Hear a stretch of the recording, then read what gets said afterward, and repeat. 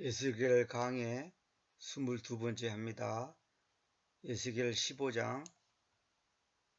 그리고 주님의 말씀이 나에게로 왔는데 말씀하시기를, 사람의 아들아, 포도나무가 어느 나무 이상으로 혹은 숲의 나무들 가운데에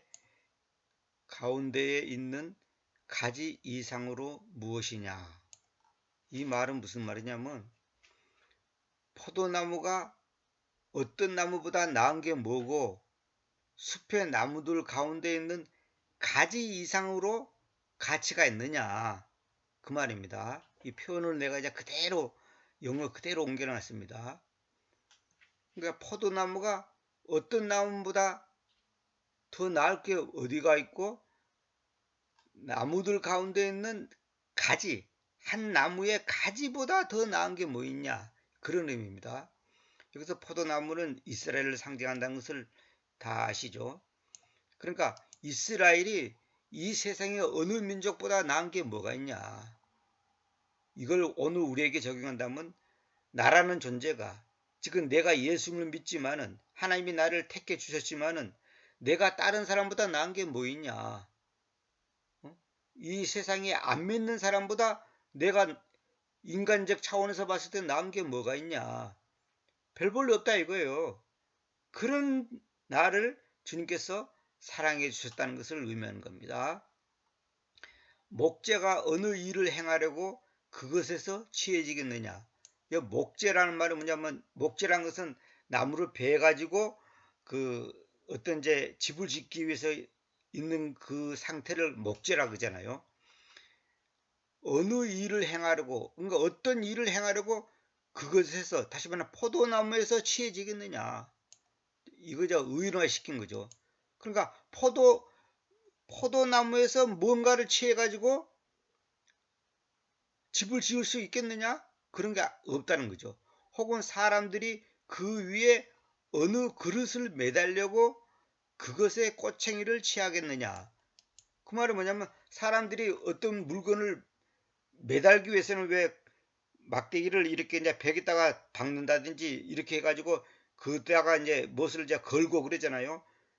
근데 그것에 꼬챙이를 취하겠느냐. 그러니까 포도나무를 그 꼬챙이로 사용할 수 있겠냐 이거예요. 포도나무는 꾸불꾸불하고 힘이 없어요.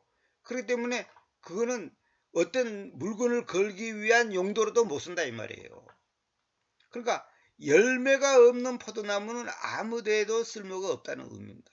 다른 나무는 열매가 없어도 집도 지을 수 있고 꼬챙이로도 사용할 수 있고 허다못해 여러 가지 불쏘시개도 사용할 수 있는데, 포도나무는 열매가 없다면 아무짝에 쓸모없다는 거죠. 오늘 저와 여러분이 하나님 앞에서 성령의 9가지 열매를 맺지 못한다면 아무짝에 쓸모없습니다. 우리가 재물이 많습니까? 똑똑합니까? 아니에요. 물론 재물이 많다 할지라도 그 재물이 하나님 앞에서 열매 맺는데 사용되지 않다면 그건 아무 소용없는 거예요. 지식이 아무리 많아도.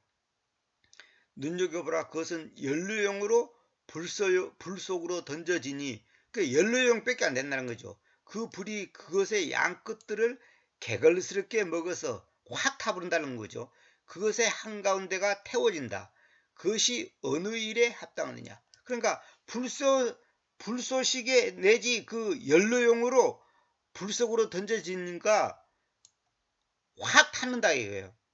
그러면 그것이 어느 일에 합당해요. 그러니까 그거 외에는 쓸모가 없다는 거죠. 그러니까 포도나무가 죽거나 이제 그러면 잘게 잘라가지고 이제 그냥 연료용으로 쓰는 그 용도로만 잠깐 쓰는 것이지 다른 거는 가치가 없다는 거죠. 5절, 눈여겨보라, 그것이 온전할 때 그것은 아무 일에도 합당치 못하였으니. 그러니까 정상적으로 있을 때도 아무 일에도 합당하지 못하였는데, 그 불이 그것을 개걸스럽게 먹어와서 그것이 태워질 때에는 어느 일에 여전히 얼마나 훨씬 덜 합당하겠냐. 훨씬 더가 아니라 훨씬 덜 합당하겠네. 다시 말하면 정상적으로 포도나무가 있을 때도 쓸모가 없는데 불이 태워가지고 불이 붙어갖고 태워질 때는 얼마나 훨씬 덜 합당해야 되냐. 이게 포도나무는 화력도 약해요. 금방 타버려요.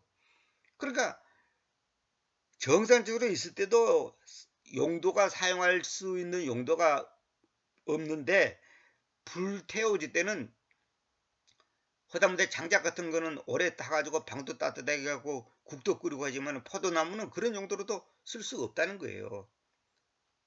얼마나 훨씬 덜 합당하겠냐. 그러므로 이렇게 하나님이신 그 주님께서 말씀하신다. 그 숲의 나무들 가운데서 그 포도나무를 내가 연료용으로 그 불에게 주어 왔듯이, 그러니까 그 숲의 나무들 가운데서 그 포도나무를 내가 연료용으로 불에게 주어 왔듯이 그렇게 내가 예루살렘의 주민들을 주겠다. 그 숲의 나무들 가운데서 있는 포도나무를 연료용으로 땔감으로 주었듯이 불에게 주었다는 거죠. 그렇게 내가 예루살렘의 주민들을 주겠다. 예루살렘의 주민들, 다시 말하면 이스라엘 백성들을, 예루살렘은 이제 정확히 말하면 남유다의 수도죠. 유다 백성들을 땔감으로 주겠다는 거예요. 이 말은 뭐냐?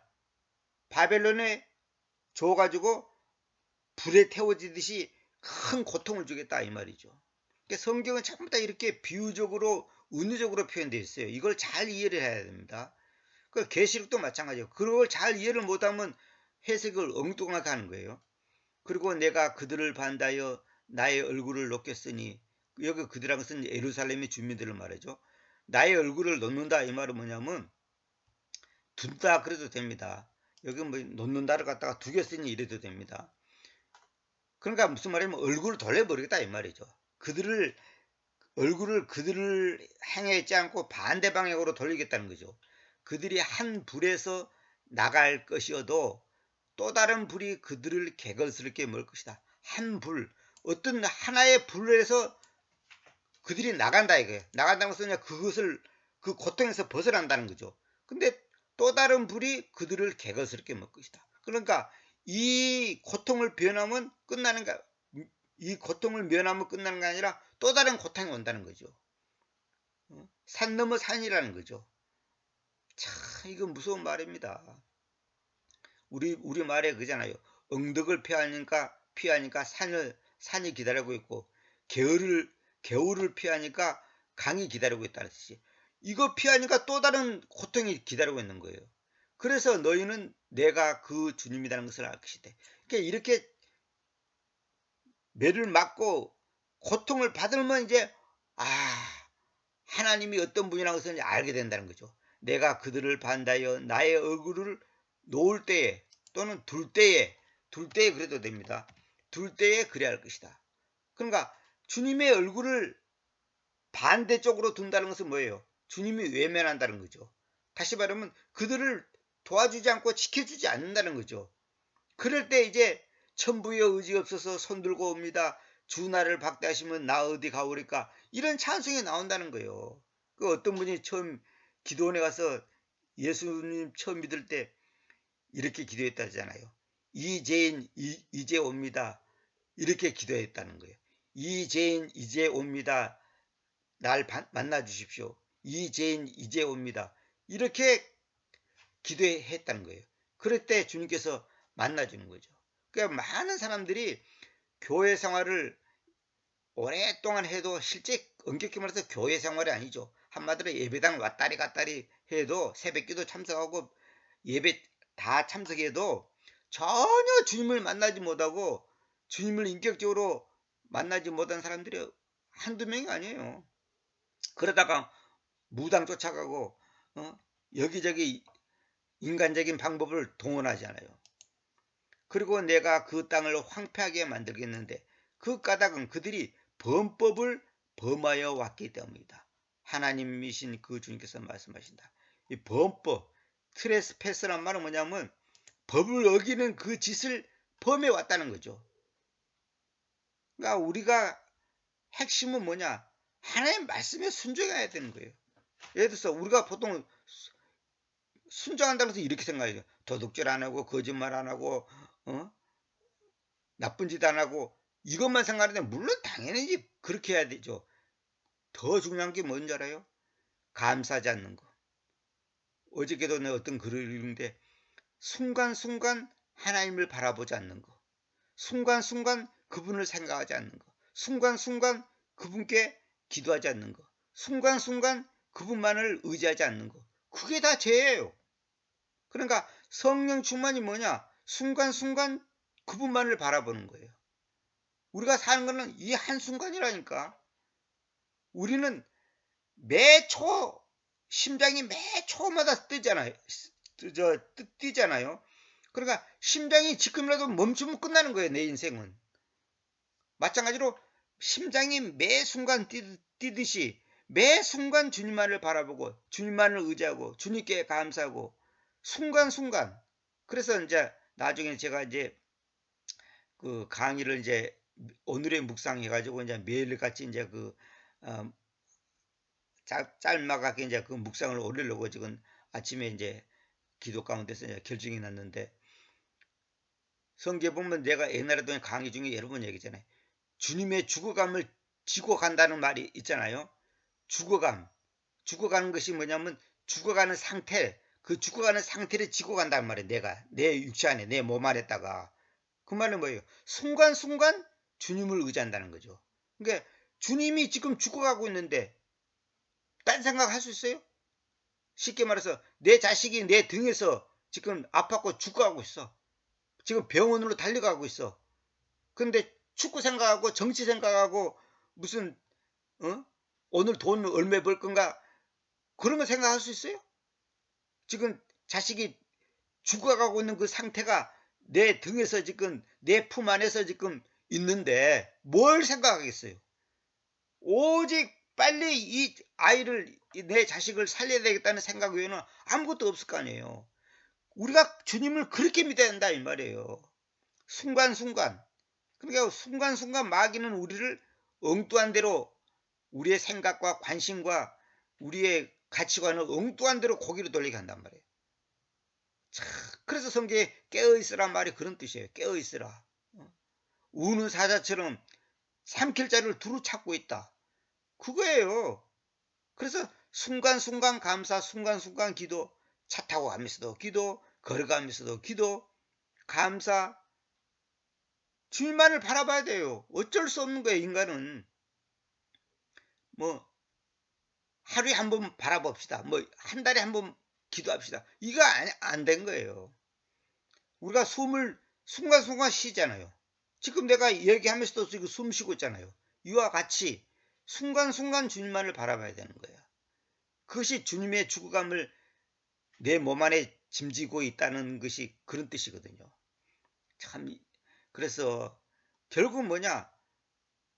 우리는 자꾸만 뭐 내가 헌금 잘하고 뭐 주일 지키고 무슨 뭐 성경 하루에 한 장씩 보고 뭐 가끔 기도하고 이런 것이 내가 할 일 다 했다고 생각하는데 그게 아니에요.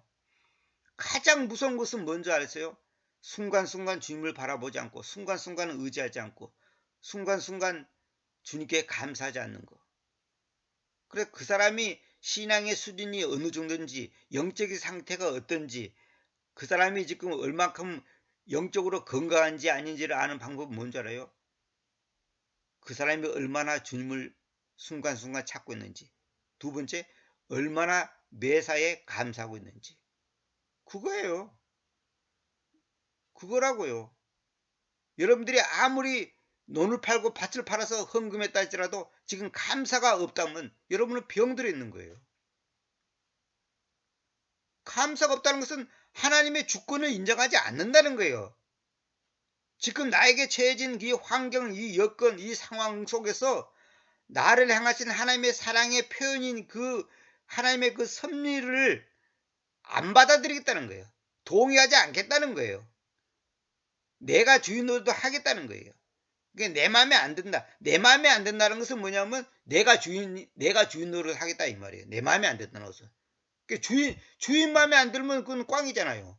근데 내 마음에 안 든다. 그 말은 내가 주인이다 이 말이에요. 이거 잘 들어야 됩니다. 뭐 다른 뭐 물건 갖고 얘기하는 게 아니고 지금 주어진 환경을 말하는 겁니다. 환경. 내게 가난이 있든 병이 있든 기타 등등 여러 가지 어려움이 없는 사람이 없어요. 다 있어요. 응? 3억짜리 자가용 몰고 가는 사람 보고 한번 물어보세요. 아무 근심 걱정 없냐고. 다 있어요. 근데 순간순간 감사하는지. 그래 내 주변에도 몸이 매우 불편한 분이 계시는데 그분도 그 와중에 늘 감사, 어? 늘 기쁨, 돈 있나 건강 있나 뭐가 아무것도 없어도 늘 감사하는 거예요. 요즘에도 만나서 이제 교제를 하는데 너무너무 하여튼 제가 도전을 받습니다. 순간순간 감사하고 이것이 되지 않으면 나는 지금 병들었다는 증거예요. 핑계 대지 말라니까 이유를 대지 말라니까 변명하지 말라니까요. 하나님의 허락 없이 하나님의 주권을 벗어나는 어떤 일이 벌어질 수 있어요? 참새 한 마리도 하나님이 허락하지 않으면 안 떨어지는데 아니 인간 사회에 일어나는 모든 일이 하나님의 주권을 벗어날 수 있어요? 우리가 할 일은 뭔지 알아요? 날마다 감사, 날마다 항복, 날마다 회개예요. 그러려면 수많은 사람들이 항상 강조하는 것이 공통분모가 있더라고요. 첫째, 기도하라는 거예요. 어떤 상황 속도 기도하라는 거예요. 기도를 쉬지 말라는 거예요. 하여튼 그 훌륭한 분들의 글 읽어보면 공통분모가 있더라고요. 기도를 강조하는 거예요. 두 번째는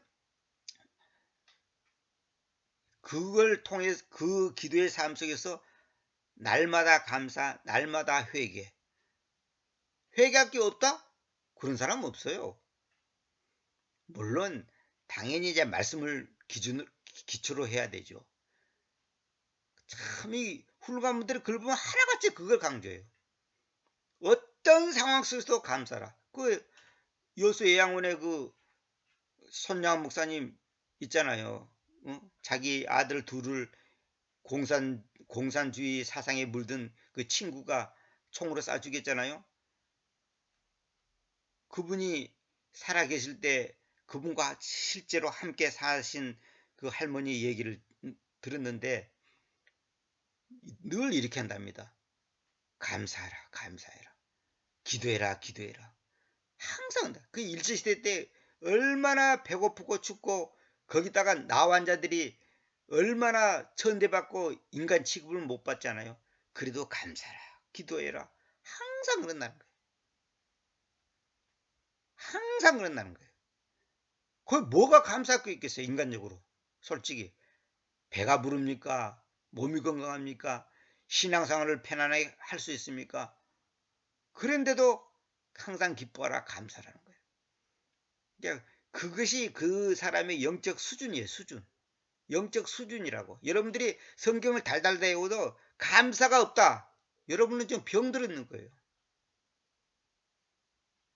병들었다고. 저도 돌이켜보면 그거더라고요. 결론은 그거더라고요. 내가 지금 감사가 없다. 이 상황에서 감사가 없고 화를 내고 짜증을 내고 낙심을 하고 막 누구를 원망하고 미워한다면 지금 내는 병들었다는 거예요. 병들었다는 거예요. 핑계 댈 거 없어요. 핑계 댈 수가 없어. 돌이켜보니까 너무너무 말하자면 순간순간 죄를 지은 거예요. 화를 내고 짜증내고 넘어지고 자빠지고 안 그럴 수가 없어요, 인간은. 그럴 때마다 또 우리는 하나님 앞에 항복하고 회개하고 다시 또 천부의 의지 없어서 손들고 옵니다. 할 수밖에 없어요. 어쩔 수 없어요, 인간은. 그래서 이스라엘 백성들이 하나님 앞에서 결국은 그 고난이 하나님의 사랑의 채찍이었단 말이에요. 그래서 여러분과 제가 다른 거 없습니다. 항상 결론은 똑같습니다. 말씀 앞에 순종하는 거. 감사 안 했으면 감사해야지. 조건부 감사가 아니에요. 범사란 말은 in everything, 매사에 이걸 더 구체적으로 말하면 각가지 소행, 각가지 상황, 갖가지 처지에서 그 안에서 그에서 가난이면 가난 안에서 질병이면 질병 안에서 문제 안에서 감사라는 거야. 문제를 벗어나서 감사라는 말이 아니에요. 참 이거 진짜 말이 쉽지 말하는 저도 이거 쉽지 않습니다. 이거 정말로 주님의 은혜가 아니면 불가능해요. 그래서 우리는 항상 하나님 앞에 은혜를 구할 수밖에 없고 무릎 꿇을 수밖에 없는 거예요. 내 힘으로 내 의지로 내 결심으로 되는 게 아니에요. 그래서 매사에 하나님께 우리 자신을 갖다가 무릎 꿇지 않으면 불가능합니다. 그래서 예루살렘의 주민들에게 있는 이 고난이 이제 나중에는 나옵니다만 궁극적으로는 그들을 하나님께서 사랑하기 때문에 돌아오라고 이런 매를 때리는 겁니다. 근데 사람들은 그렇지 못한단 말이에요. 그러니까 저와 여러분의 인생이 하나님 앞에서는 포도나무 같은 거예요. 포도나무 쓸모없어요. 열매가 맺었을 때만 가치가 있는 거예요. 그 열매가 안 맺으면 기껏해야 불 연료용밖에 안 되고 그것도 무슨 일반 장작처럼 오래 타는 것도 아니고 뭐랄까요 화력이 좋은 것도 아니에요. 하다못해 꼬챙이로도 못 쓴다 이 말이에요. 물건을 거는 그 꼬챙이 용도로도 못 쓴다는 거예요. 왜? 꾸불꾸불하고 포도나무는 힘이 없어요. 말라도 힘이 없어요. 그거는 물건 걸 수가 없어요. 간단한 물론 뭐 수건 하나 정도는 걸 수 있을는지 모르지만은 아무 적도 쓸모없는 거예요. 그러나 열매가 맺을 때는 그 포도나무는 매우 가치가 있는 거예요. 포도가 굉장히 사람한테 좋잖아요. 자, 오늘은 여기까지만 하고 또 다음 시간에 16장에 들어가겠습니다.